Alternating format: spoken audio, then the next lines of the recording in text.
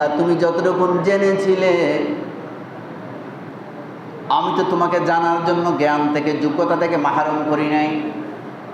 কোনো মানুষকে আল্লাহ রাব্বুল আলামিন জানার যোগ্যতা থেকে মাহরুম করে নাই। লেখাপড়া করে নাই, তারপরেও সে ভালো মন্দ বুঝে।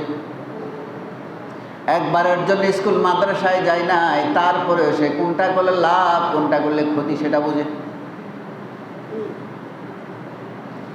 কোন সময়ে, কোন মৌসুমে কোন চারা রোপণ করতে হবে, কোন বীজ রোপণ করতে হবে, কোন সার প্রয়োগ করতে হবে, পানি কতটুকু দিতে হবে, ভালো করে বুঝে। আল্লাহ রাব্বুল আলামিন বলেন, বান্দা তুমি যতটুকু জেনেছিলে তার মধ্যে তুমি কতটুকু আমল করেছিলে হিসাব দাও। আমি তোমাকে ডাক্তার বানাই নাই, ডাক্তারি হিসাব তোমাকে দিতে হবে না। আমি তোমাকে ইঞ্জিনিয়ার বানাই নাই, ইঞ্জিনিয়ারের হিসাব তোমাকে দিতে হবে না। আমি তোমাকে বড় ব্যবসায়ী বানাই নাই, ব্যবসার হিসাব তোমাকে দেওয়া লাগবে না।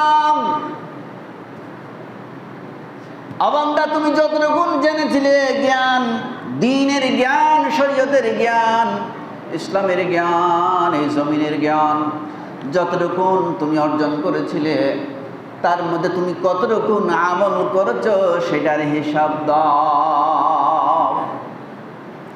আমি তোমাকে রাষ্ট্রপতি বানাই নাই, রাষ্ট্রপতির হিসাব তোমাকে দেওয়া লাগবে না।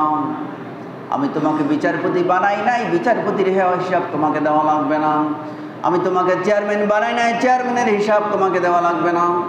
আমি তোমাকে এমপি বানাই নাই, এমপির হিসাব তোমাকে দেওয়া লাগবে না। বরং তুমি যতটুকু উঠেছিলে, যেই জায়গায় পৌঁছেছিলে তার মধ্যে যতটুকু জেনেছ সেখান থেকে কতটুকু আমল করেছ সেটার হিসাব দাও, দিতে হবে।